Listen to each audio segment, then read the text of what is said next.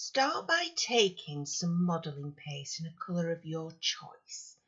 I am rolling this in between 5mm spaces. Simply dust down your work surface with some icing sugar and roll out the modelling paste so it's 5mm thick. For the embossed effect, I'm choosing to use this rolling pin that has little star shapes on there. Now you can buy them in rolling pins, you can buy embossing mats. It's really easy to do. Simply apply an awful lot of pressure to the top of the rolling pin and roll it over your modelling paste. Take your time doing this. Try and keep it relatively even as well so you get a nice smooth finish. You do want to apply quite a bit of pressure there and you will end up with this absolutely lovely embossed effect. You are now going to need the Gem Life Size Baby Booty Kit. Now there are other kits available on the market, but this is the one I am using in order to create this particular baby boot. We're going to start by cutting out the sole of the actual baby booty. So simply taking your cutter, push this down on top of your modelling paste. Give it a little bit of a wriggle, and then when you lift it up, if you just run your fingers around the edge to make sure that there is a lovely smooth cut.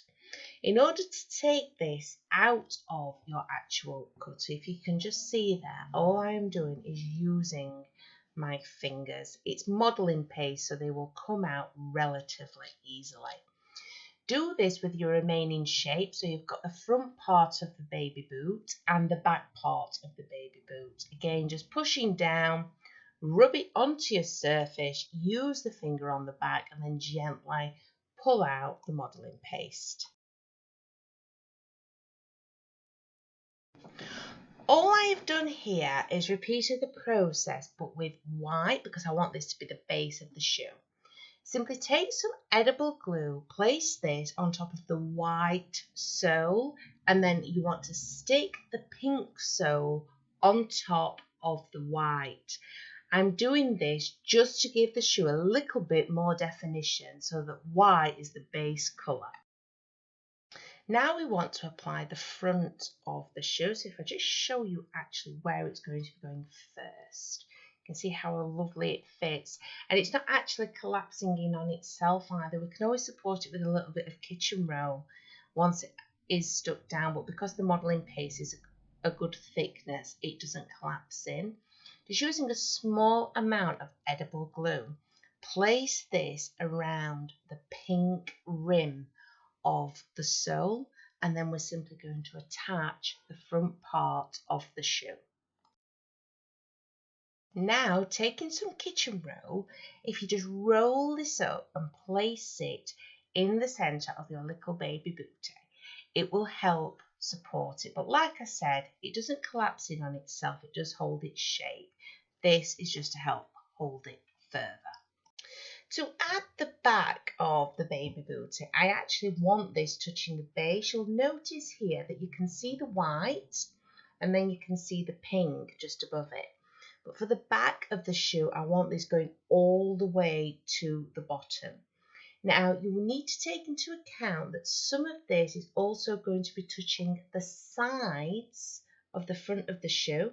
So if you just add a little bit of edible glue there as well, it will help secure it into place.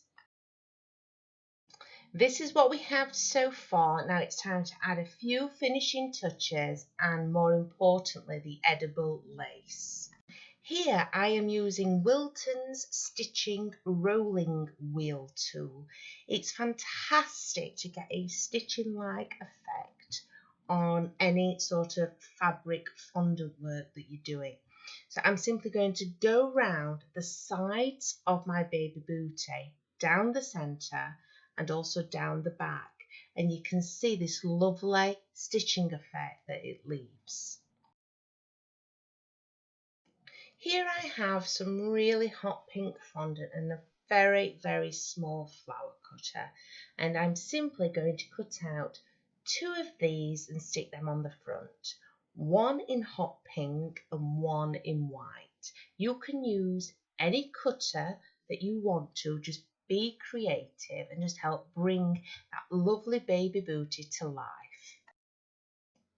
For the laces, you want to start by rolling out some white modelling paste, but this time it needs to be really, really thin, and try and keep your modelling paste in more of a rectangular shape so that you can cut out some relatively long laces. Here I am using just a simple stripe cutter. They save so much time. But if you don't have one, don't worry about it. You can just use a very sharp knife or even a ribbon cutter. You'll notice how I just placed it directly over the modelling paste and rubbed it against the board. Once you've done this, you'll be able to pull away some of the strips from the stripe cutter. Remember, you can cut these out by hand, so it doesn't matter if you don't have one. And then we're simply going to thread them through our baby booty and stick them on there with a small amount of edible glue.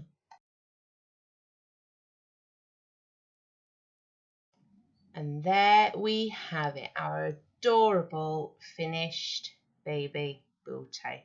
You can go and do more to this if you want. You could paint some of those stars different colours. You can give it a little steam to get off the icing sugar. You can even glaze it to make it lovely and shiny. But that's the basic principle, and they are absolutely perfect for children's first birthday cakes, but also christening cakes.